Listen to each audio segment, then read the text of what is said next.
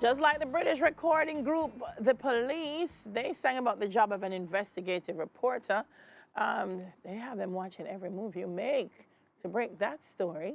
And joining us now from the UK via Zoom is BBC investigative reporter and producer Runako Celina. Good morning, Runako. Welcome to Smile Jamaica. It's morning time. Good morning. Thank you so much for having me. It's a pleasure to have you. Now, you know I have to start with the West Indian roots, first of all. How are you connected to us here in the Caribbean? So my dad is Jamaican. He's Jamaican born. He came to the UK when he was in his teens. Oh. So we are Davises and we're from Stony Hill. I'm very proud. And my mother's Grenadian. Not, oh, you have a great mix of Caribbean blood and spirit. And so, what makes a great investigative reporter, Runako? I think persistence is absolutely key. That's one thing that I've learned throughout the process of this investigation, at least. You know, you have to pour through content for days sometimes until you get sick of it, even if you understand its importance. So persistence is really key. And then that ability to scrutinize content. You know, you have to go through content sometimes that you don't want to in very fine detail. Content that at times can be very disturbing. So scrutiny and also that ability to just, you know, be persistent. Yeah. What drives your, I guess, the story? What drives your interest in a story that will make you, as an investigative reporter, say, there's something more and I have to dig deep to find it?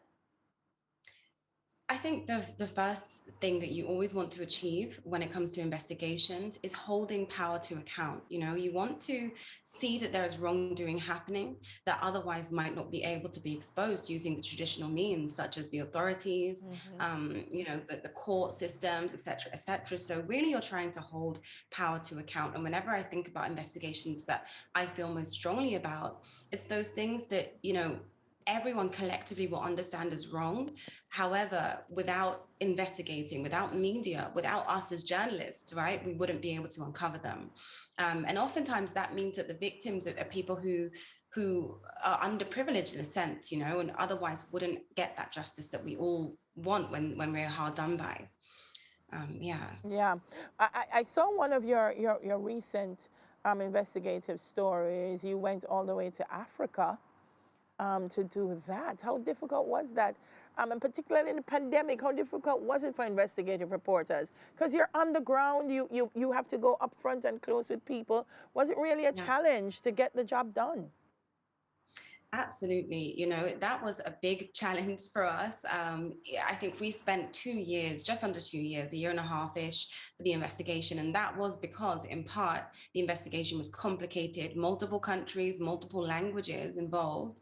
But also, as you said, the pandemic complicates things, travel instructions, you know, COVID, as you know, has been the issue for the past couple of years. And equally, it was one for us. So you had to adapt to these situations. And also, you know, the targets of our investigation, the people that we are trying to track down, we have to also factor in how COVID might affect their movements too. So it's been a great complicator, but luckily, if you're persistent, if you scrutinize and you're persistent, you can continue and force through an investigation, as we did here. Yeah, I'm going to talk about this story in a minute, but you said 2 years, and you know a lot of people say, "What? Oh my gosh! After 3 months, I'd have been done because I want to get my story out." It really requires a commitment to the story.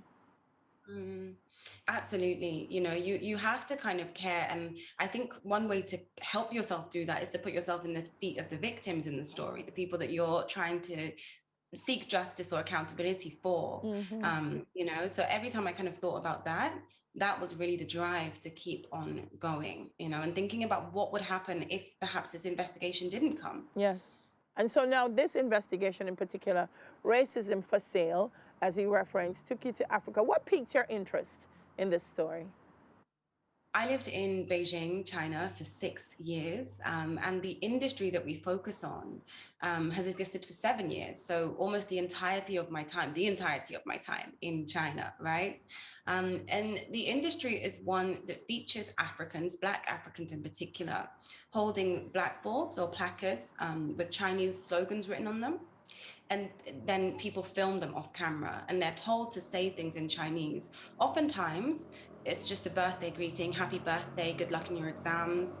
Sometimes, though, as the industry progressed, we see even more disturbing content.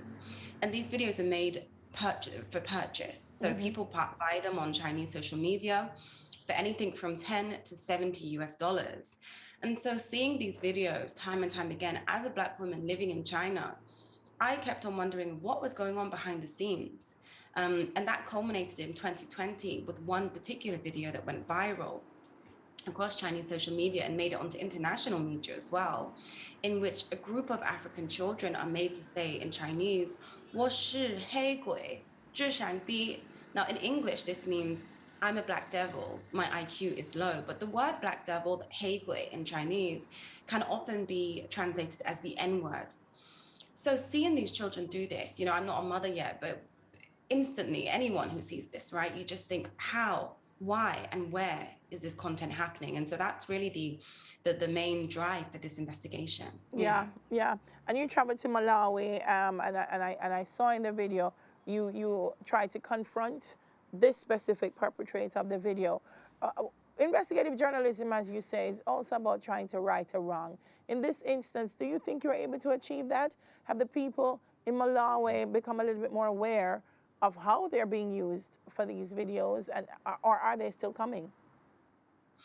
I think, that's always what you want to achieve as an investigative journalist, right? You want to see that change after the fact. There's only so much that we can do, obviously. We highlight this issue, and then afterwards, we hope that the authorities and others will kind of act to make sure that it's stamped out. One of the earlier scenes of the full film shows a map of the African continent. And what we seek to show is that we have focused on one operation in one country, in one village. However, this industry is across the African continent, and several other operations are running featuring children, men and women in these videos. As we see in the film, these children are being exploited economically because they earn less than $50 a day and are made to stand up in the sun doing these videos, right? And so, in a sense, I am happy. We've seen that this content creator has left. He tried to flee Malawi and he got stopped and apprehended in neighboring country, Zambia. Then we're seeing if he's being extradited right now. We've also seen lots of statements from Chinese foreign ministers speaking out against this industry, about this content, and saying that they are committed to a zero tolerance policy against racism.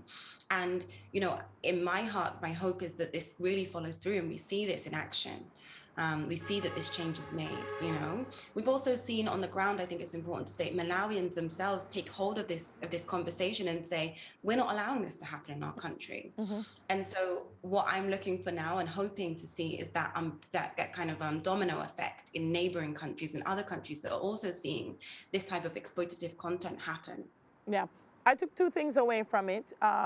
Just how wide the scope of racism is, because a lot of times when we engage in the discussion, we narrow it to just a few countries and a few nations, and we make it just black and white.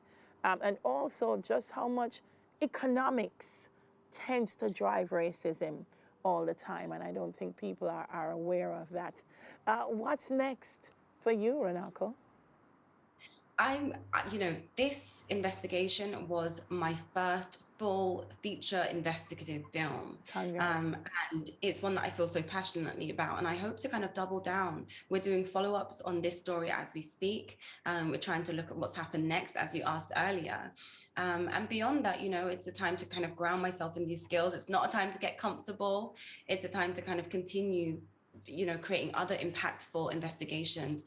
And to me, that is beyond just African borders. It's also for us in the Caribbean too. So yeah, hopefully there'll be more coming soon. Yeah. Well, we look forward to it. I found it very insightful and very important discussion to have. So congratulations to you, and thank you for making that journey. We look forward to seeing more from you. Thank you so much for having me. It's been an honor. Reporting producer Runako Celina, Jamaican girl, Grenada. No, you're in there too.